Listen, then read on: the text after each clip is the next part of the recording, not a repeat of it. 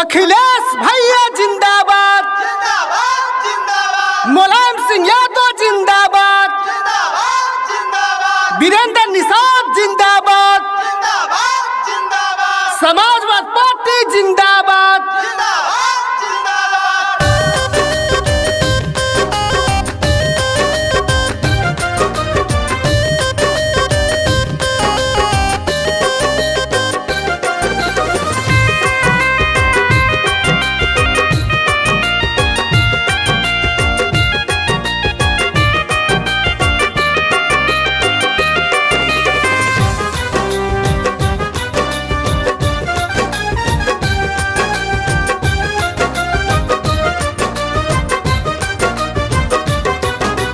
देख लिया हमने सबको, अब किसी पे नहीं विश्वास है। किसी पे नहीं विश्वास है, हाँ किसी पे नहीं विश्वास है। देख लिया हमने सबको, अब किसी पे नहीं विश्वास है। कल का सूरज दिखने वाला वीरेंद्र निषाद है। कल का सूरज दिखने वाला वीरेंद्र निषाद है। मान लिया अब हम सब ने, किसी पे नहीं विश्वास है। किसी पे नहीं विश्वास है, हाँ किसी पे नहीं विश्वास है। मान लिया अब हम सब ने, किसी पे नहीं विश्वास है। कल का सूरज दिखने वाला वीरेंद्र निषाद है। कल का सूरज दिखने वाला वीरेंद्र निषाद है।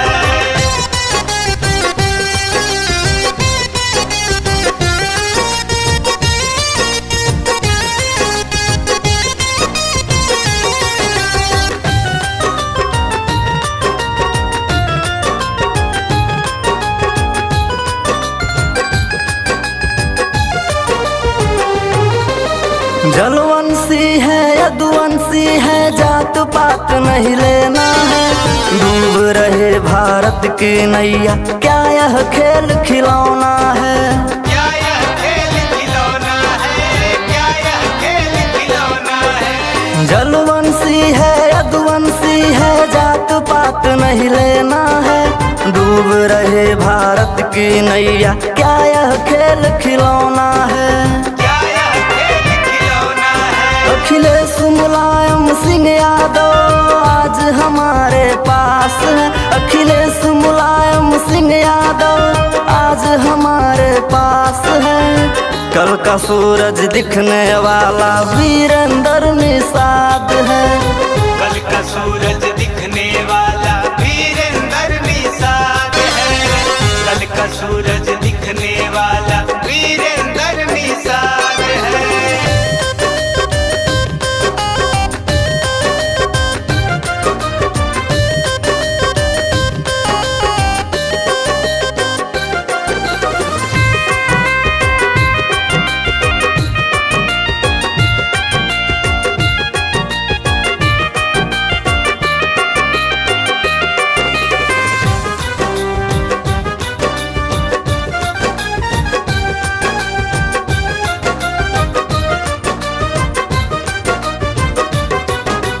देशवासियों क्षेत्रवासियों बहकावे में आना ना।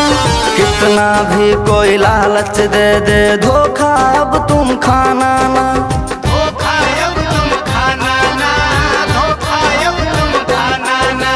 देशवासियों क्षेत्रवासियों बहकावे में आना ना। कितना भी कोई लालच दे दे, धोखा अब तुम खाना ना।